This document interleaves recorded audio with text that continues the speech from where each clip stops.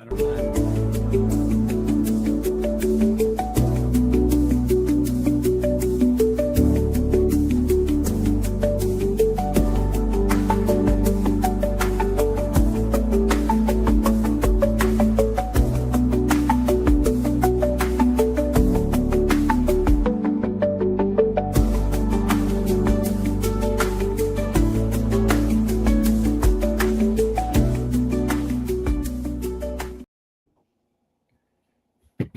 Welcome back to the Rock and Roll channel.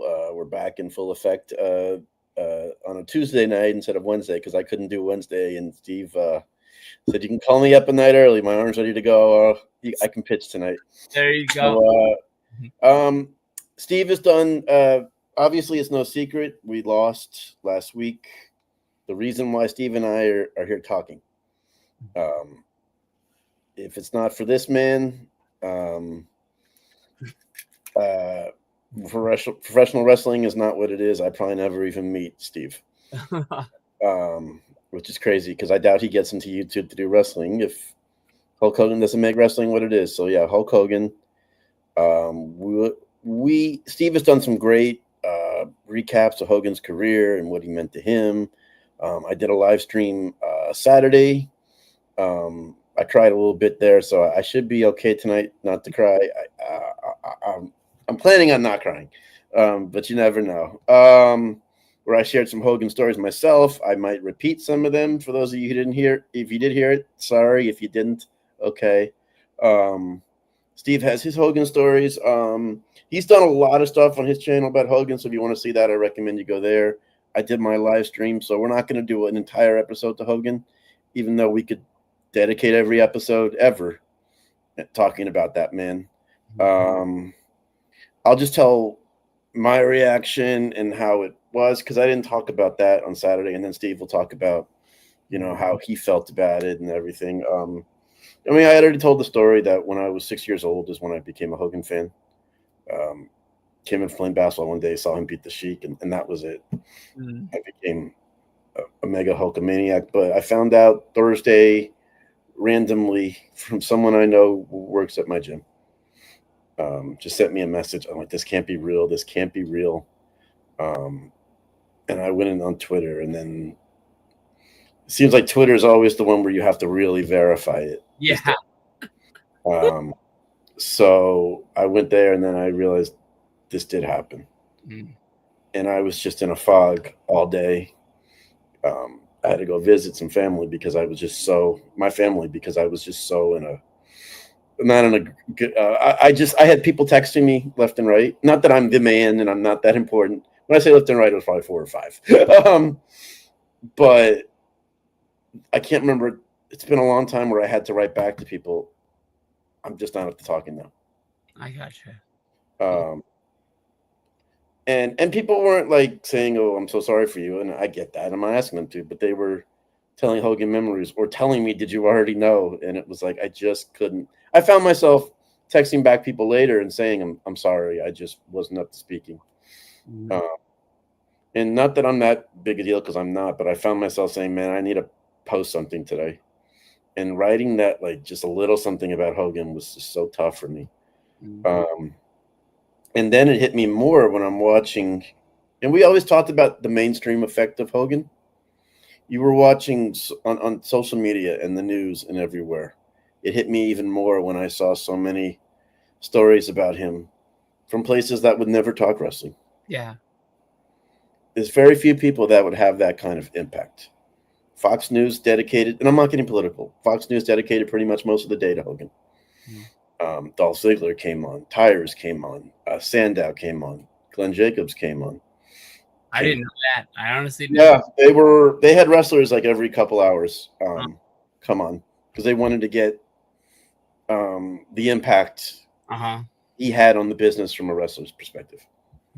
But they had, everybody. Dana White came on to talk about Hogan. You name it. And then ESPN had it. Everywhere had it. There's very few people in wrestling. It's probably I can count on one hand that would have that kind of effect. So it still hasn't quite sunk in yet for me. But that live stream I did was kind of cathartic. I had trouble uploading one picture. I might just show it off my phone tonight. Tell the little story behind it later on. But Steve, man, do you want to share just your reaction in that moment? What you felt? I mean, anything, please. Welcome again, by the way. I am known as the wrestling guy. I've never been one to like hide my fandom. I'm out in the open with it because I've always said, like, for the person that will make fun of me for being a wrestling fan, probably has Beanie Babies hidden underneath their bed still. They're like they have like hiding. I'm stealing that. All day people were kind of like making sure that I knew, but they are also kind of like making sure I was all right. I don't know if they were kind of like trying to, like, I'm sorry, I got that too. Yeah, I didn't know if they were trying to poke me, but like they kept on like, have you cried yet? Are you gonna cry? Like, you know, like, oh my God.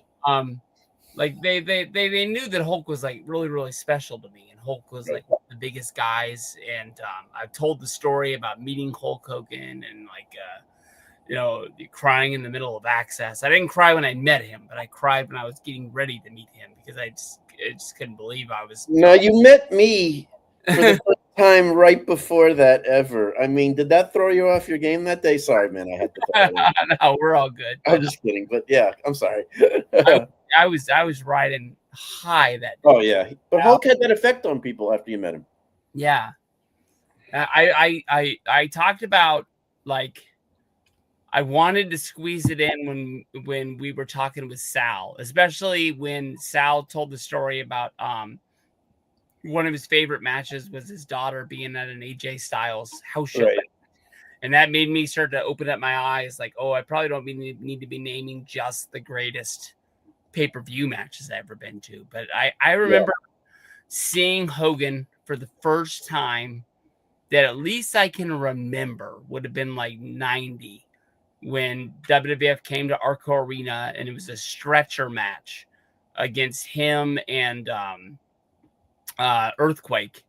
I just remember Hogan, and even though we didn't have the greatest seats in the world, like, I felt Hogan was like looking at me. He had this thing of his character, and just like he took over the place. And I probably wasn't the only person in the arena that felt that night. But like when he pointed, I felt like he was pointing at me. And there's very few like entertainers, like, doesn't matter if it's like acting or wrestling or anything, that grabs you and you feel that from them, where you really feel like some actors get pigeonholed. Like people say, like, you know, Denzel Washington or somebody like that. Like they play the same character in Keanu Reeves, those type of guys. But like some actors, when they come on screen, it doesn't matter what's going on. You believe them for what they're doing. And like you can tell when they're really into making a movie, or you can really tell when they're just like grabbing some quick cash. Hogan to me made every kid in every town feel that special, that they were seeing something big that night. I know that the next year Hogan came, it was Hogan versus Slaughter in a Desert Storm match. And that was the first time in my life that we were going to war, even though they didn't really call it a war at the time. But like, I really felt like the war was being played out in the Arco Arena that night, that we were going to solve all the problems in the Middle East by holding. That's what WWE wanted you to think. Yeah, beating Sergeant Slaughter. I just watched that match today when I got home. It just a weird time in wrestling. Like, I know that, like, really before I got into wrestling, like the Russians were always the bad guys, or definitely like the Japanese guys, like Mr. Fuji, they were the bad guys, because until Nikita Koloff now. they pulled it off. But the whole Iraqi sympathizer turning Sergeant Slaughter was a very weird time in wrestling. But it worked. But that being said, so yeah, like, it's funny you brought that up, because I'd mentioned it on the live stream. I'm gonna say it again. Like, there's a match that I still talk about to this day, and I can't believe I didn't put in my top 5. And more, the match was good, but it was the promos after that we were talking about for months. Back in 2002, right down the road from me, Fort Lauderdale, Florida, main event. Chris Jericho and Kurt Angle versus Hulk Hogan and The Rock. Oh man. Tag team match, house show. We were lucky to get Rock every now and then down here, where some places wouldn't because it's Florida, and he was living down here for the most part until his Hollywood career really blew up. Anyway, so obviously, shocker, Hogan and The Rock went over that night. After the match, I'm like, they're gonna have to do something. Like, they're not just gonna have the match and walk out or pose. So Rock gets the mic, and I'm like, oh, this is gonna be good. And this is not long after Hogan went babyface.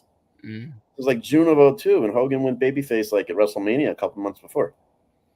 So he's like, Hogan, you and me, or something like that. Bear with me, it's been a long time. But he basically said, you and me, I gotta know. I just gotta know. For everyone in Hollywood, from me to Brad Pitt to you name it,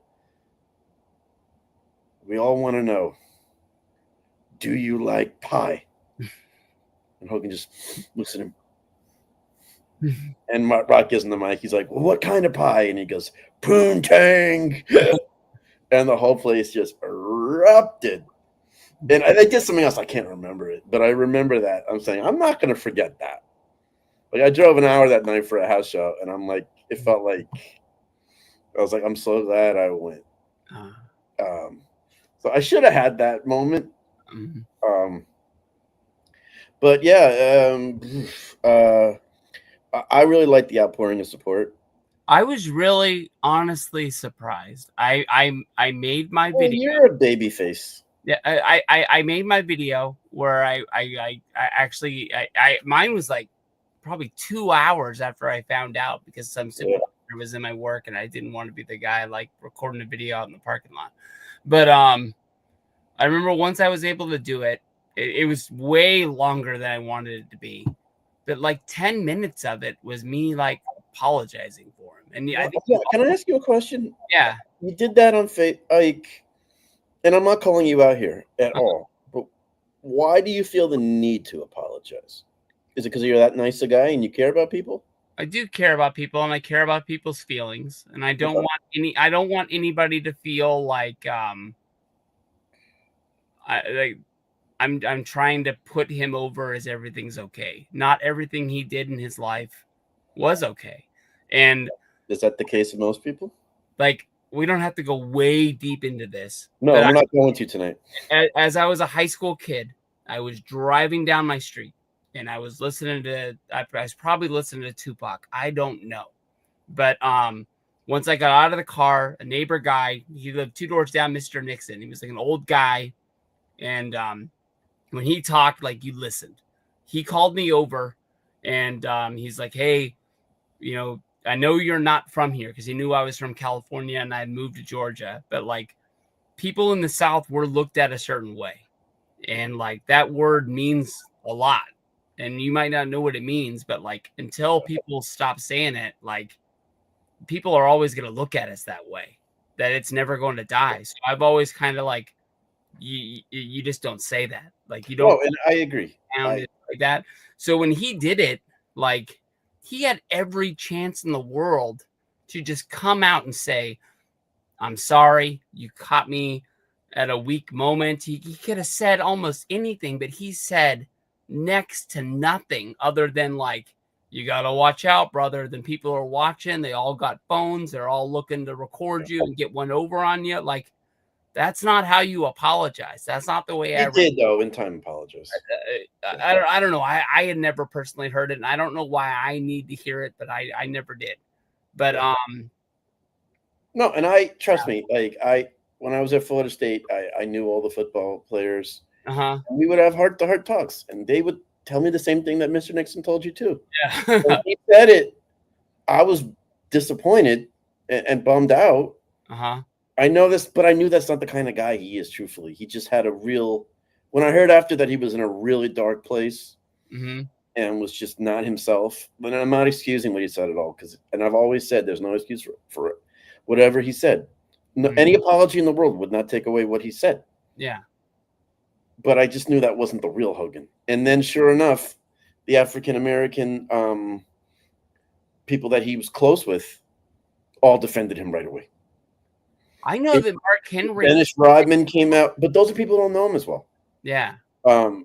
Dennis Rodman right away said, that's not the Hulk. Yeah. Mr. T, all these people right away. Now, if those people had come out and said, man, he's not what we thought he was all these years. Mm-hmm. I don't know if I can be friends with him anymore. Yeah. I would have turned an eye and said, wow. But that never happened. And Jake the Snake came out and said, if you're truly a racist in pro wrestling, you can't pull it off because there's no way he could have wrestled Kamala 3 nights a week. Mm-hmm. It would have been too much for him. There's no way he would have put over Junkyard Dog the way he did so many times. Uh-huh. There's no way he would have teamed with Mr. T at the first WrestleMania. So I'm not condoning what he said, but I just know that wasn't the true Hulk Hogan or Terry Bollea. If we can readjust. Please. I said we wouldn't talk about it, and then the guy was the man. The guy was. It was everything. He was the man, and he had the heart of gold. What you saw on TV wasn't half as much as how kind and genuine he was in person. Every time I met him, I came away loving him more and more. Yeah, and that's all I can say. And there was a picture I couldn't, for some reason, it wouldn't upload on my computer. You'll only see my arm in the picture. But a friend of mine took this picture. One of the last times I saw him when he was at the Hard Rock in Hollywood, he came by on a golf cart because they were driving him up in the casino, and he recognized me from earlier that day, and we did the. It's on a great. Oh, picture. That's awesome! Too sweet. That guy, man. Yeah. That is my arm. I can verify that. Mm-hmm. That's his wife back there, the blonde lady behind him, who was absolute sweetheart that day. So yeah, listen, man. I know you felt the need to apologize, and I do too. If he upset people, I've never apologized for him. To me, that's that person's responsibility. So that's probably why I asked you that. Yeah, I don't condone. I've always said you can never condone what he said. I just always knew that wasn't the true representation of him. Yeah. And he paid the price for it. So he learned the hard way there. And I also think he was the person who released it had an Instagram with him. Oh, yeah. So it was just a bad situation. It was, I mean, if I canceled everyone for something wrong they've said, I don't know how many friends I'd have. So that's kind of my attitude too. And then when I saw some of his apologies later on, I was like, okay, he's learned from it. And Vince wouldn't have brought him back if it was that bad. They snuck him in because it's like they kept on only using him when they had something to cover it up with. Like they sent him to Saudi Arabia. Yeah. Let's put him with Titus O'Neil at WrestleMania. Yeah. Oh, man. We're talking about the wrong stuff with Hogan, by the way. Madison Square Garden, where freaking Mean Gene passed away. Oh yeah. I knew no one would boo him because Mean Gene was gone, and he was good about him. But I mean, let's face the facts that what happened was bad, but the way they were using him as an American hero to try and sell the network as like a $9.99 laughing stock was not working for him. I mean, I'm sure he was making money, but the way that they were using Hogan sucked before that happened. Yeah, let's send him to Japan to do the signing of Hideo Itami. that was huge, though. Honestly, like when I read the story in the Observer, they were running a show in Japan and they were selling tickets, but they announced Hogan's first time, going back to Japan, and they sold that place out. Like make t-shirts off it. And is like the man over there. Oh yeah. That's the thing. He was the first global star in wrestling. Besides the fact he built wrestling.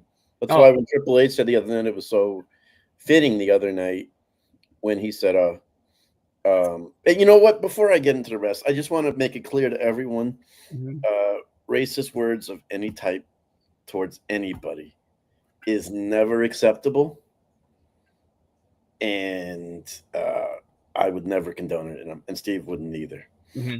Just want to make that clear because we did go off on a little rant about that. So in case anyone sees that, you will never ever hear me say it's okay to do that.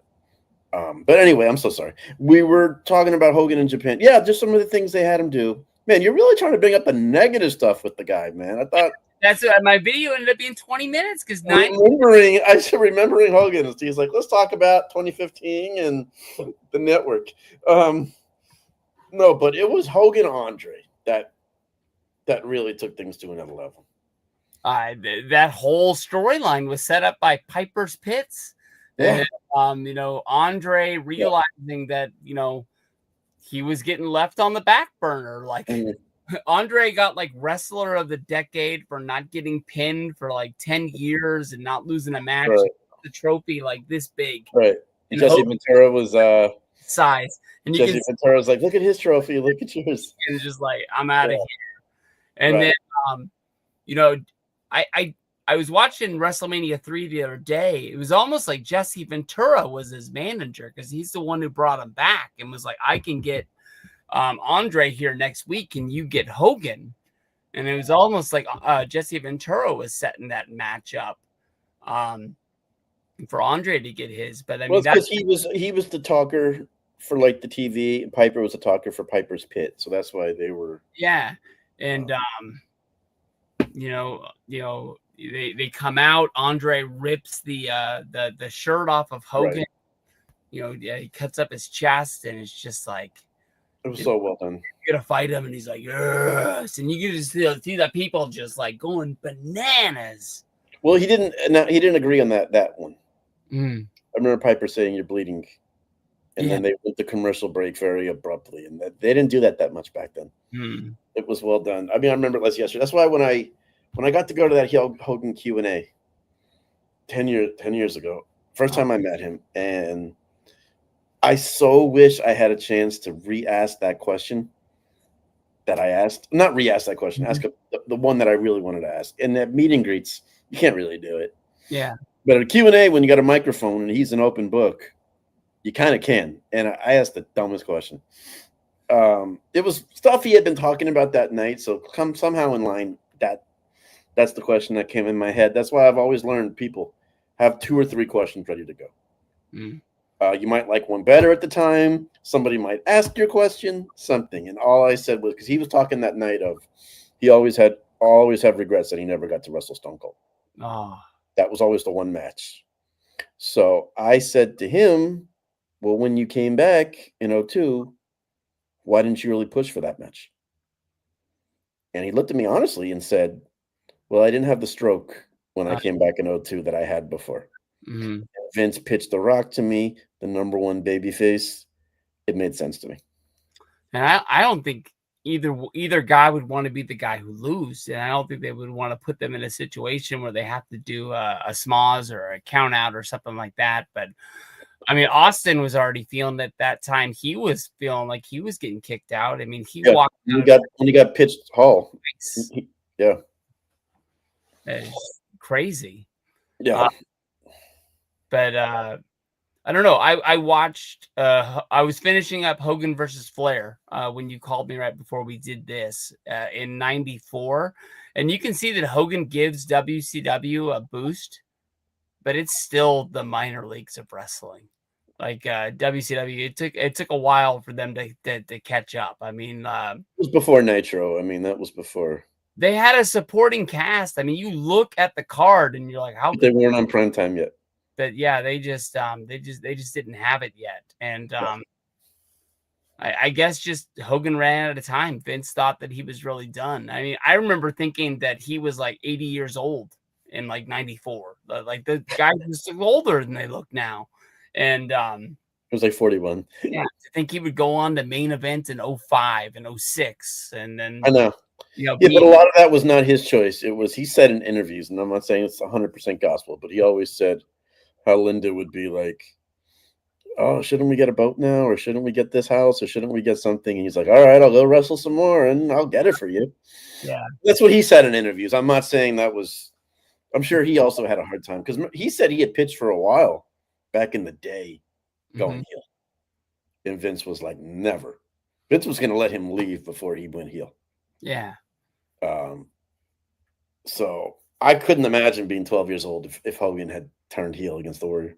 They could have done WrestleMania 9 as his heel turn because, I mean, definitely they were working towards Brett versus Hogan coming out of that. Hogan never would go for that match. That was always a downfall of Hogan, man. He really listen. You give him that much power, he was going to take it. Yeah. God, we're not talking about the good stuff of the man. Steve, I blame you. But who knows? I mean, it was different time back in '93. Mm-hmm. Hogan just, I don't know. It was, yeah. Hogan Brett should have happened. Yeah. By the time that match happened in WCW, it really didn't even really mean it. I think they did it on a Nitro. It wasn't even on a pay-per-view, and just. You want to hear one of my biggest screw-ups ever as a wrestling fan? Go for it. Okay, so WCW came to Tallahassee for a house show, and we knew the card. Mm-hmm. We get there early, my roommate and I don't want to say we're bored, but we're college guys. It's hard for us to sit still and be like, we're missing this party, or we're missing this, or there's football on too. And there was a game he really wanted to see, and I'm bored sitting there waiting for the show. And he finally said to me, we had been given the tickets. And he said, do you want to leave? And I said, this is before the show. I said, man, I don't. He goes, it's a freaking WCW house show. Like, really? Like, so I finally said, okay.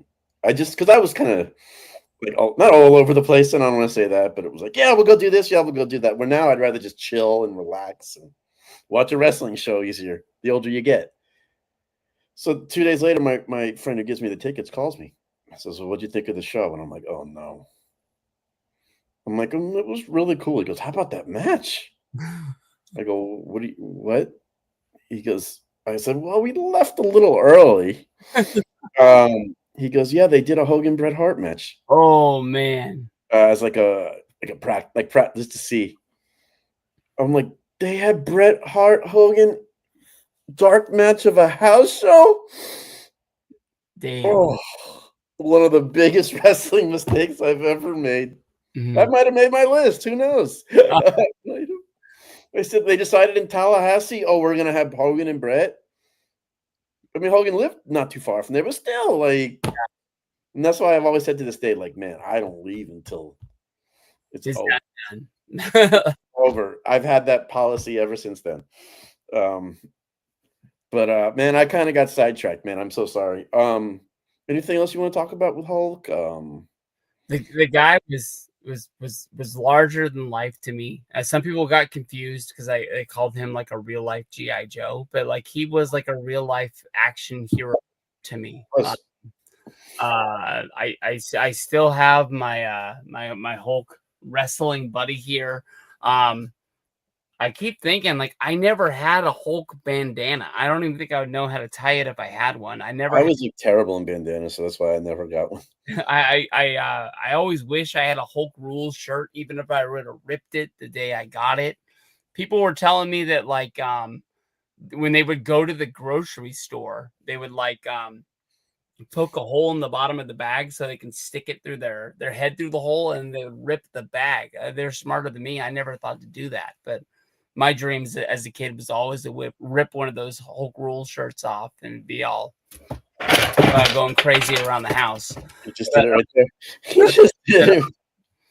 Yeah, I did that for Halloween. I had to be Hulk Hogan. I was Hulk Hogan in fourth grade, and at my school, the way they did it was like you got dressed in your classroom. And then everybody paraded to the basketball court, and then you got to kind of see everybody. That's what we did for Halloween. Like, I don't remember us getting candy, but you'd probably go back to your room and have like the party with the lunch and all that jazz. But I remember fourth grade, I was Hulk Hogan. And then back in the day, I'm sure you had the same ones. You get the really cool mask held on by a string. And it was mostly uncomfortable. So red lobster bib that you put around your neck and you tied it like an apron. And it was just a cartoon image of who you were supposed to be. Right. And I was Hulk Hogan. And I looked around and I was kind of like, oh, I'm the only one out here. Wrestling's not really cool anymore. And yeah. I didn't care as a kid. I just didn't. My moment of realizing like, oh, I got left behind. I can still remember as a freshman in high school in '95, Nitro came to town, and we were getting dressed in the locker room after PE. And I don't want to make it seem like I was looking around in there, but I noticed this one kid who was definitely cooler than me on the charts was putting on his shirt from the night before. It was a Four Horsemen shirt. It had Arn, it had Flair, Mongo, Dean Malenko, and I was like, we're back, baby. Like we're into this. Like people are wearing wrestling shirts. Like I can get down with this. That was my moment of realizing like wrestling's starting to get cool again. Yeah. I still regret. I mean, listen, I always joke, for all the shows you're glad you went to, there's probably one or two you regret not going to. My senior year of high school, the second ever Nitro was in Miami. Hogan was there, main event against Lex Luger. Because remember, the week before, Luger surprised everyone. Yeah. And showed up on Nitro. And that's when they added Luger to the War Games team. Yeah. Because that match was actually in the building I saw Hulk Hogan wrestle for the first time. James L. Knight Center in Miami, Florida. Damn. Because that was before Miami Arena was even built. That's the arena, the first arena the Miami Heat played in. So James L. Knight Center, and Dynamite's been there a couple times. The first ever Dynamite outside of Jacksonville post-pandemic, after the pandemic, was there, where Jericho punched that fan. It was there. I was at a Monday Night Raw in Sacramento where CM Punk punched a fan as well. I remember that. He Spinning back fist that dude. Yeah. You get a good view of it that night? What was that? Did you get a good view of it that night? I knew something happened, but didn't really know what it was. But the second you got to the outside, Twitter definitely let you know. And then the local news here in Sacramento was not kind.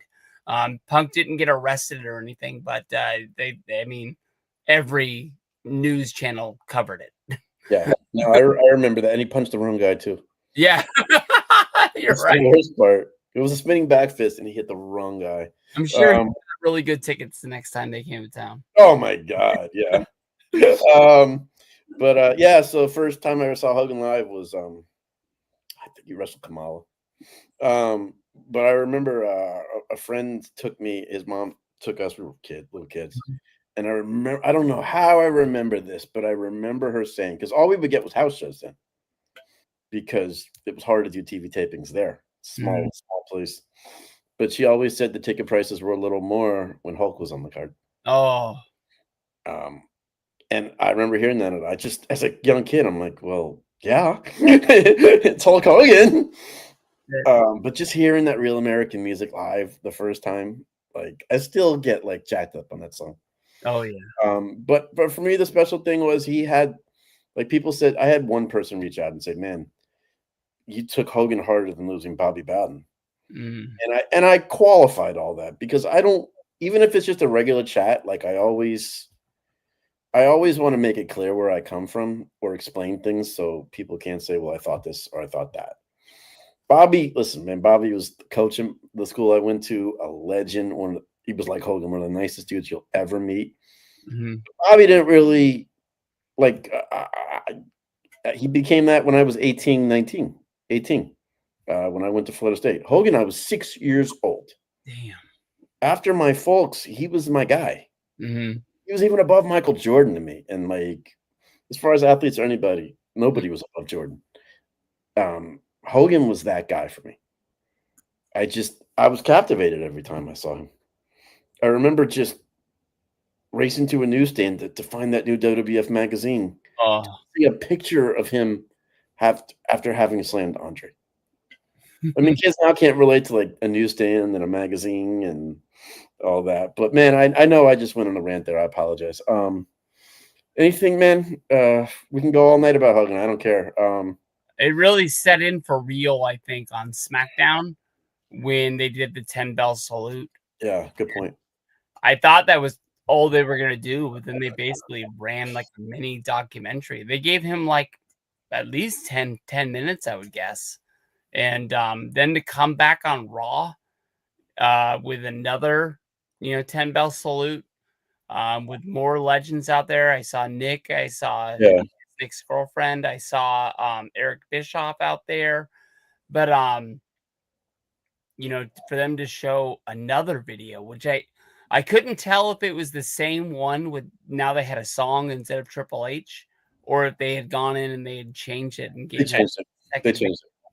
But they were both good.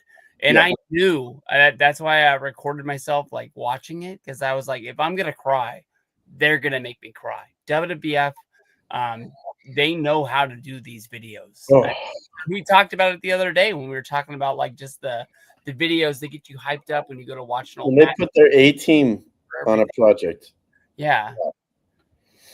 um, They, of all songs, they picked that one last night, but it didn't matter. yeah. It didn't matter. It was a Coldplay song, right?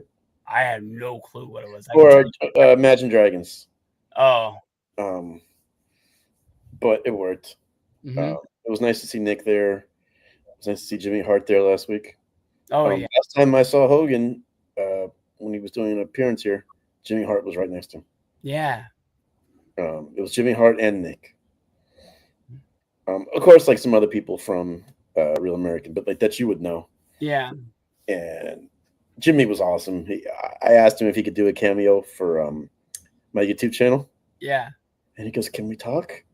And I was like, "Absolutely." He goes, "I'd love to do it, but I'm on a Legends deal, and they really monitor like what kind of stuff I do like that." I don't know if he wanted it. He took a picture of me. Yeah. He just explained that to me, and whether that he was BSing or not, I don't care because he was upfront with me. Mm-hmm. But he was awesome, and like what he did was because Hogan was a little late or something, he came out and talked to everybody. Yeah. Because What I really hated about those deals was it seemed like Hulk was almost getting more bad publicity for doing those than he was like getting good publicity. on what? Doing those Real American tours because people were Which turned out to be a huge mistake. Yeah, because it was like he won't. He overdid it. He's for my kids, and it's like, why are your kids at a beer event in the first place? And just They're not drinking there. Like, God, I just don't understand like why you're bringing like how does a 4, 5, 6-year-old even know who Hulk Hogan is? Honestly, really, like maybe you do a really good a job. lot of parents like put their kids up to it. Yeah, it's So just they get what they want. Like Cardona has said that, man. I'm so sick at the airport of dads throwing their kids at me to get 12 things signed that I know is going on eBay tomorrow. He's not wrong. When I was listening to the Kevin Nash podcast, he was kind of saying all the Hulk things that Hulk's involved in. Like Hulk has a club that's opening in Times Square across from Madison Square Garden. Yeah, sports bar. And I'm just like, that makes no sense, man. Like, I know you want to like make as much money to leave it for your wife and your kids. Well, it's gonna be a sports bar, not a nightclub. Yeah, leave your legacy behind, but like just enjoy your days, man. Like how much he's opening up a like another one of those wrestling shops in Pigeon Forge, Tennessee. It opened like right before. Yeah, I know some people that have been there. It's the same one as Clearwater and Orlando. Yeah, just maybe a little different. You've had your day. Just relax, have fun. Like you'll remember if you watch Hogan Knows Best, that topic came up a lot. Mm-hmm. His name, the branding. I remember Bischoff when he came to his house and was like, "How about this idea? How about that idea?"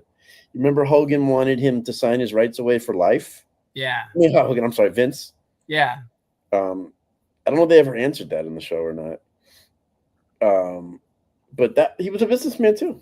Yeah. But part of it was, believe it or not, and I'm not saying this is a mark, I swear, he loved interacting with people. Like having a restaurant and doing his karaoke, he was interacting with people. I think that was just him finding a way to be normal. I guess you can say there was a different way to say it. Like, just he goes in there and he can do whatever he wants to, and he doesn't have to worry about being under the microscope. And yeah, he also didn't live in Hollywood either. Mm-hmm. I think that was good for him. Now Tampa, he was a big fish in at one time a really small fishbowl. Mm-hmm. But everyone knows him there. So I think living in Tampa was always good for him. He could have easily gone to LA and he would have been under crazy mic. If that scandal had come out in LA, oh my God. But that life in Clearwater was perfect for him. Hmm. So that's why I'm glad I can say I've been to the restaurant. There you go. A couple times. So man, we really 40 minutes of uh, but I don't ever want to cut you off when it comes to Hogan. So No worries, man. I We're don't all want to hear you. Yeah, I would never want you to say to me, man, hey, I wish I did this or that. And we could always circle back to Hogan because he's never going to go away in my mind like that. Like, I'll never forget about the guy. I'm going to miss the guy. Because I don't know. I got to say I had cool stories with the guy. I gotcha. Yeah, and you too. I thought back to that tweet before you posted it again. You really helped him out on a bad day. I still can't believe that. Like, I just laying in bed, like remembering, oh yeah, that happened, and then I had to go back and find it, and like I just remember that like that was a video I posted on YouTube where I was ecstatic that I bought a ticket to meet him at WrestleMania Access. But then like I was kind of going through all the emotions and I realized like I'm going to meet him at 7 in the morning. That means like he's got to get up at 6. And I was kind of getting scared. I was going to have like a bad encounter where he was just through the motions and he's like, oh no, I'm all good, brother. Don't you worry about that. Like how did you even find this video? Like, what are you doing? Like, yeah, I don't know. Somebody must have sent it to him or something. But that's so cool, man. I was just saying in that video, I should probably go back and actually hear what I say, but I was trying to say what I really meant about the guy. The guy was everything to me. And he made amends in other ways, like people don't talk about. Like, him and Mick Foley didn't have the best relationship for the longest time. I was at a comedy show and Mick Foley said, Hogan, we're okay. But it was cool in that episode of was it WWE Treasure Hunt or whatever they called it? Yeah, that was a good show. When they had a good sit down and he said, Mick, I need to apologize to you. And he goes, no, you don't. No, you don't. He goes, yes, I do. What I said about you was so insulting and so egotistical of me to say. And then he donated those NWO tights to him. Yeah. So he did that a lot in a lot of ways. Because he said at the thing I was at, the Q&A, someone brought up Warrior to him. And he said, listen, I'm the type of guy, even if I don't think I hurt you, I'll still apologize because that means I hurt you in some way. When the Warrior documentary came out on the network shortly after he died, they had that scene of Hulk and him in the back. And I can honestly tell you, like, at moments I felt that like Hulk was looking out for himself at that time, like trying to make sure that he like found a way to get on camera and like make it about himself, almost like the end of WrestleMania 6 when he loses. The story isn't Warrior winning the belt, it's Hogan losing the belt and not having it anymore. Like Hulk makes that moment all about himself. I disagree, but that's okay. I've had times when I've seen that clip and like thought maybe like Hulk was like zooming in. I can tell you like now, I think that was like the real Hulk Hogan, where he knew that him and Warrior had heat and it would probably be a better life if they found a way to sweep that under the rug and make it go away. And I think that apology he gave to Warrior was real. And I think Warrior really... Apparently that was a shoot. Yeah, I think Warrior really did accept his apology. And he let him know, like, that was bullshit what you did. But, Hogan ain't shit. And they were able to... It didn't last long, but they were able to move on from there. Yeah, and... No, from what I had heard, like Warrior had instructions that weekend as like part of him coming for the Hall of Fame was keep him away. Keep Hogan away from me. And apparently somehow in the arena they came face to face, and when he started walking over there, I guess like people were telling Hulk, get away. He's like, no, I'm gonna go talk to him. Yeah. If he hits me, whatever. And whereas like, no, bring him over. So apparently that was a shoot. Yeah, that's awesome. Hogan has the camera around him enough. He doesn't need to like angle for more camera time. But he told that story when he was there. That he said, no, I felt I had to go say something to him because he harbored a lot of resentment to me. And a lot of it was also Hogan had said to Vince, like, he's not ready. I get that. I mean, right. He was both were slinging mud. I remember that like Warrior had like a shoot interview that came out through a toy company, and like he said a lot of stuff. Oof. And then like Hogan, they had the whole Warrior DVD, and then I think when when Ultimate Warrior found YouTube, Warrior was like putting up like bad videos on Hulk Hogan. He was in a bad place too. A lot of stuff. So yeah. I mean, the wrestling industry is as great as it is, man. It can be really toxic. Mm-hmm. Man, you get people that don't like each other. They're not afraid to say things. Mm-hmm. And Warrior did that before there was really Twitter. That was a weird time, man. It was. But people just kind of wrote that off. They didn't sit there and say, oh, my God, will the Hogan Warrior feud ever end? Because Hogan was doing his thing. Are you ready to transition? Yeah, I'm ready to transition after 45 minutes. Good time. Be sure Rambo Steven's like, all right, I've had enough. I just know that we can keep going forever, and we can. All right, I have some of the card. I'm gonna hit you right in the gut right away. We're gonna get into the good stuff right now. Is Seth Rollins showing his face at SummerSlam or the Raw after? I want to know about just SummerSlam. I know in my gut, we've talked about it for weeks now. I think this whole Rollins thing is a sham, and I think Rollins is screwing Punk. Punk's going to beat Gunther, and I think Rollins is taking that title away, and that's where the storyline goes from there. Okay, that kind of takes away some of the preview here. Yeah, I'd love to see it. I'd love to see it. I mean, listen, you're not topping John Cena turning heel this year in any heel way whatsoever. Capacity. When you watch the main event, it was Bronson Reed against Jey Uso at on Raw last night. Right. Paul Heyman has had an interview in the ring when Raw started. He had a segment in the back where he was talking to Bronson Reed both times, saying that Seth Rollins is injured and he's not coming back. And they need new leadership for this group. They need one of these guys to stand up to want to be the leader. But yet, come the main event, when they're wrestling in the ring, Paul Heyman is on the far side of the ring, right in the middle, holding up the briefcase. Like maybe it's a foreshadow. Absolutely. He forgets about it. Yeah. It's definitely a foreshadow. I always say it depends on match positioning. If you're gonna do it, you gotta close out the first night with a bang like that. I think so the internet goes crazy and it sets you up nicely for night two. If Punk and Gunther are not the main event, then I would say no.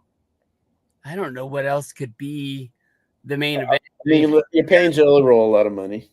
That's just not a main event. It's just not. Ooh, I got a good. I got it right here. We'll go through each match a little. I got a good one for that. I'm gonna hit you hard. Man, it's like okay. All right, Steve, I'm ready. Tiffany Stratton, Jade Cargill. Yes. Squash match. Jade's winning. Okay. Yeah, Tiffany I'm sure it's absolutely. She's better at chasing. I think and Jelly Roll versus Drew and Logan. Oh, definitely Drew and Logan. I think it's Jade getting to the mountaintop yet once again, where people thought she was going to be when she came over from AEW. Yeah. Thought she was going to be there right away. Yeah. And this would have happened sooner with Jade if she hadn't got hurt. Yeah. And you got to set up that Bianca Jade match at some point. Oh yeah, that's money. But Randy and Jelly Roll, I'm going to go with RK Roll. I don't ever pick against Randy and Jelly. Love Jelly Roll. Gunther Punk. I think Gunther Punk honestly depends on where you put it on the card. I can't see it not closing out night one. Yeah, but with Roman Reigns on night one, you pay him main event money just to be in the building. So, but that's just not a main event match. In my opinion. The Judgment Day, Raquel Rodriguez and Roxanne Perez for Charlotte and Bliss. That can open the show. Sami Zayn, Karrion Kross. I've seen the match like 5 times already.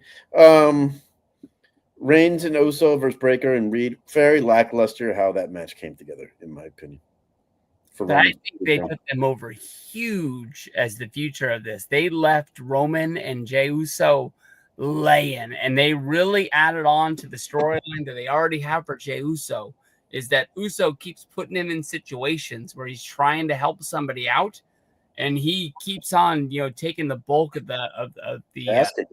the fight. I mean, they were saying, like, after getting hit with these spears, there's no way in the world he's not going into the SummerSlam with broken ribs. Absolutely. Mm-hmm.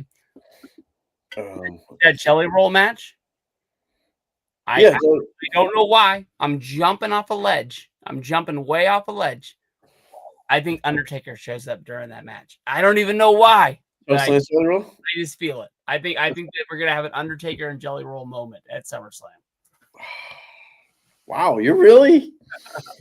He should chokeslam Jelly Roll. Oh no, that'd be so cool. Be right there with him. That'd be so cool. You just don't want to make Undertaker a parody of himself. I got that. He's involved with WWE LFG, so that's why you see him around a little bit more. He was just on NXT, I guess, with Triple H. Yeah. So, like, if he's showing up all the time, it really takes away a lot from. Now it's different now because he's out of character, so they want to run with it a little, and they're paying him like a main eventer. Mm-hmm. But let me throw up night 2. Here we go. Oh, sorry, that's night 1. I thought I had that. But I like where you're really going for the jugular here. I think that this is going to be a really good. I'm scared about the 2 nights. I know we talked about this when we went to WrestleMania. It's weird going to a 2-night show, but like just watching 2 nights of SummerSlam feels like it's going to be weird. Fine with it. We'll start from the bottom. Dominic AJ is going to be a great match. Dominic, let's please talk about him. I would have maybe started the show with this if it wasn't for the unfortunate news of Hulk Hogan. Mm-hmm. The reaction Dominic got when he did that run in the other night at a Triple A show. Mm-hmm. When he took off the hoodie and it was him there, it was like Austin in the late 90s. Who is Dom the other El Grande Americano that popped up? It's Ludwig Kaiser. No. There's 2 of them now. Right. It's Chad Gable and Ludwig Kaiser. I thought that Gable was hurt. We think. Ludwig Kaiser's been doing it. He was at the Twins game with his arm off. Gave away his character. But yeah, it's Ludwig Kaiser. But yeah, Dom did a run in, and the reaction he got was insane. It was Austin type pop, Road Warrior type pop, Hogan type pop. If you haven't seen it, man, I wish I could put it up here. Oh yeah, I saw it at the Mexico show. Wow. Yeah. So AJ's. I don't want to say he's on his farewell tour because every time people think he's retiring, he wrestles for another 3 or 4 years. People really want to see him and Cena, and I think they're running out of time. But I mean, that was a damn good feud in 2016. One of the best matches I ever went to live. Was him and Cena Money in the Bank. Yeah. Great match. Next, Solo and Jacob Fatu, the cousins. Steel cage match. In a cage. In a cage in a stadium. I love it. I think it's Jacob Fatu's sign. It's time. I would be surprised if he loses and he's off to bigger and better things. That could be it. I mean, have you seen how much merch they seem to be releasing for that guy? I saw like 5 shirts today. 5 shirts today. So they don't do that if you're not making money. Yeah. And I'm old school. I really think merch sales do drive pushes. Mm-hmm. So I think you might be right about Jacob. Mm-hmm. Okay, Becky Lynch versus Lyra Valkyrie. This is the match that I do not care about. Yeah, can we skip this? She was great in Happy Gilmore. Yeah, I think Becky loses and then takes her time off. That SummerSlam payday she didn't want to miss out on. I still don't understand why Becky wants this belt.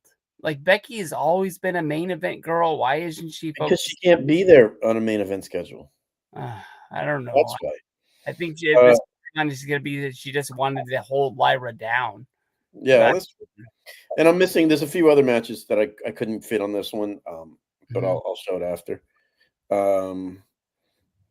Naomi versus Rhea Ripley versus Io Sky. Rhea time. I don't think so. I don't think Naomi's done. I think that we're gonna have to go to a one-on-one match, and I think that Io and Rhea are gonna hold each other back because they keep on like bringing up this like you've never beat me, you've never beat me. I think that we're gonna have to see Rhea beat Io to get to Naomi. Like they're not together, but I think that you make some really good points there. I can't argue that. This match is going to be crazy. 6-pack tables, ladders, and chairs match for the tag team champions. Oh, so it is on SummerSlam. I thought this was on SmackDown. This is awesome. I love it. I love when you get fired up, Steve. Wyatt 6, so Dexter Lumis and Joe Gacy versus Andrade and Phoenix versus Gargano and Ciampa versus. All right, we can see it all here. That match is going to be insane. Whoever wins will have lost too, because man, will they have taken some bumps that night. The Raw before last, when they had the number one contenders match for the tag titles, I thought the LWO won, and they were going to put that match on SummerSlam. And then I was like, when it came up, like, hey, they're wrestling tonight, I was kind of like, oh, and so I thought this match was on SmackDown as well. It was like I thought so too. I'll be honest. So that's why I go to Wikipedia. Really the only thing Wikipedia can't ever help you with is the order of the matches. Honestly, like people. I live in Sacramento, California. People think I live next to Disneyland, even though it's 8 hours away. Like, how close are you to Universal from where you are? 4 hours. Between 3 and 4. The Wyatt 6 are getting one of those haunted houses at freaking Universal Horror Nights or whatever it is. Like, yeah, because Bray was always there. I think that I can be there. I can be there in 3.5, between 3.5 and 4 hours. I think people might walk out of there if it's a good house and be like, who are these Wyatt guys? And maybe it can't be way off topic to say that somebody becomes a wrestling fan because of that. Why not? Anything you can do something mainstream, you do it. Yeah. Absolutely. So let's go back here. Main event. It's me versus you again. It's like me and you in Vegas at the main event. John Cena, the champion, on his last run versus Cody Rhodes in a street fight for the Undisputed Championship, which to me I like better than a regular match because I think you're allowing some cool run-ins. Yeah. I wonder who they would be. I mean, like, Rock. Even though I know you're Travis Scott has to be there. I think those guys are done. I just think, yeah, you're setting up a lot of cool angles there. I think that Cena beats him. I don't know how. I don't know what he's gonna do, but I think Cena's holding that belt until like his last day. I think he's losing it on the way out. We've built this story so far. We're at August. No, I'm sorry. We're not August. We're SummerSlam is August 2nd, August 3rd. So we're in August. He's gonna do the Clash of Paris at the end of August, and then he's got a few more dates. He's doing Survivor Series in November. Like, how do you turn him? That was funny when Cena said to him, like, "Yeah, I can't do Jersey, but how about we do Paris? Maybe San Diego." Like, I don't know how you turn him and make it believable. And I'm gonna go out on a limb. I think Rock turns on Cena here. I'm not. I don't think it's a coincidence. I'm not going to give away anything. But I think with the fact that this Unreal show came out this week, there's going to be a tie into SummerSlam somehow. That they didn't say anything on the show. I'm not giving anything away there. I'm just saying I don't think it just happens to come out by accident. Did you watch? Is it a documentary? Is it a show? It's like 5 episodes. So it's like 5 hours. I'm setting myself up for it. Yeah, 5 hours. And it's all there, every episode, like Netflix style. Okay. Like I skipped one episode because I'm like, yeah, this one looks stupid. But I enjoyed it. I really enjoyed it because I always love the behind the scenes stuff and the backstage stuff. Mm-hmm.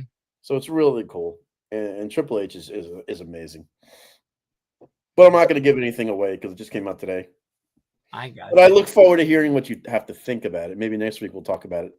I saw one thing and I was like, I don't want to see any more. And that thing was good. And it got me thinking and it got me talking. And if it's like that, it works. But like if we get that clip with the iShow Speed guy at the Rumble, that was fake as can be. Like I want to see real, or at least close to being real. Like Okay. that's what I'm looking for. Yeah, I'm not giving anything away. Mhm.